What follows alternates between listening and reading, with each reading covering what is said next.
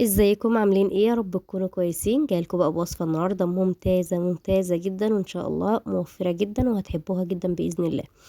النهاردة بقى يا جماعة هنعمل رز بالكبد والقوانص. طعمه حلو وجميل ومفيهوش اي غلطة خالص، وينفع على سفرة اي حد مع اي اكلة.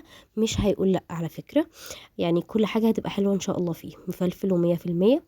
بس اهم حاجه لو اول مره تشوفيني، انا اسمي نورا جمال. لايك وشير واشتراك في القناه، وما تنسيش تضغطي زر الجرس وتكتبوا لي كومنتات حلوه كتير. ويلا بينا نسمي الله ونبدا الوصفه بتاعتنا.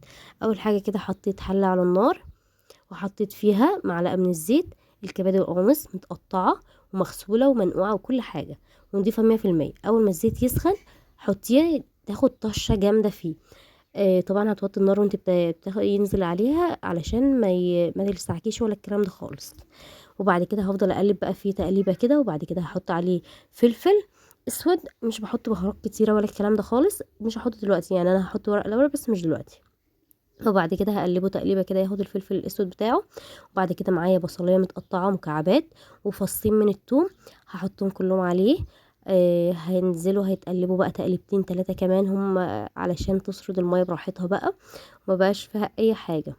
اهم حاجه كبد وقوانص علشان ما تبقاش فيها ريحه وحشه، تتنقع بخل وبملح وحاجات كده يعني، هتخليها 100%. حاطين بقى حطيت ورقتين من الورق اللوري، ما حطيتش كتير بهارات ولا الكلام ده خالص. قلبت بقى، هفضل اقلب فيها شويه وهسيبها طبعا، هغطيها. ما بحطش ملح علشان الاكل ما يحدقش معايا ولا الكلام ده خالص. بصوا يا جماعه، انا غطيتها وسبتها لمده 10 دقايق. كل شويه بتنزل ميه كتيره، كل ده بيطيب نفسه. طبعا انا مش بحط الميه بتاعتي غير لما تكون شربت الميه دي كلها، الميه دي كلها تبقى نشفت خلاص. بصوا يا جماعه، كل شويه بتنزل ميه اهي، بصوا كده يعتبر نشفت خلاص. وبعد كده هحط لها كوبايه من الميه. بصوا انا فيها يعني حاجات بسيطه خالص من الميه بتاعتها، مش هسيبها طبعا تتحرق ولا الكلام ده. هقوم حاطه لها كوبايه من الميه، كوبايه شاي، وهحط كمان كوبايه شاي، يعني لدرجه ان انا اغطيها كده علشان تاخد سواها مع تاخد سواها من الميه كلها، تبقى خلاص كده نشفت تاني. ولقيتها لسه ما طابتش قوي، ممكن تزوديها كوبايه شاي كمان. انا زودتها كوبايه ميه كمان.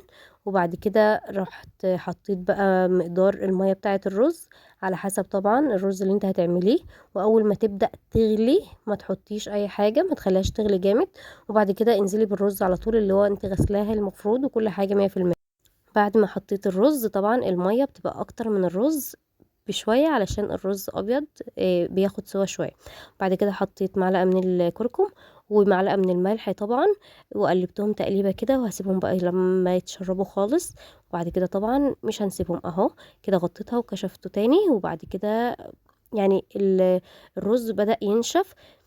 اول ما تلاقي الرز خلاص بدأ معاكي ينشف كده، وطي عليه خالص على نار هادية خالص، تسيبيه بقى يتشرب براحته. طبعا الكبد والقوانص طيبة، انا مش مخليها نية ولا الكلام ده.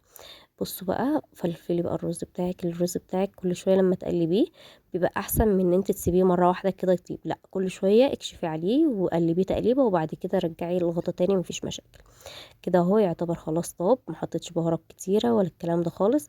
الوصفه دي فوق منتهى الجمال، هتحبوها لدرجه ان انتوا ممكن كل يوم تعملوها. حلوه قوي الرز ب...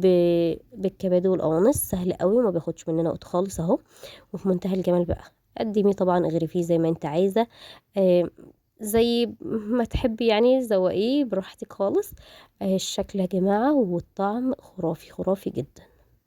طبعا هتدوقوا شويه رز بجد، لو جربتوهم مش هتندموا عليهم. فتحت بقى الرز، بص مفلفل و100%، مفيهوش اي غلطات خالص ولا الكلام ده خالص.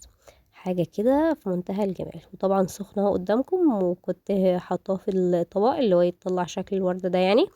ممكن تفلفلوه على طول وتحطوه، مفيش مشاكل. يا رب بقى يكون عجبكم الفيديو. ما تنسونيش بقى في اللايك والاشتراك، وتضغطوا زر الجرس، وتكتبوا لي كومنتات حلوة كتير.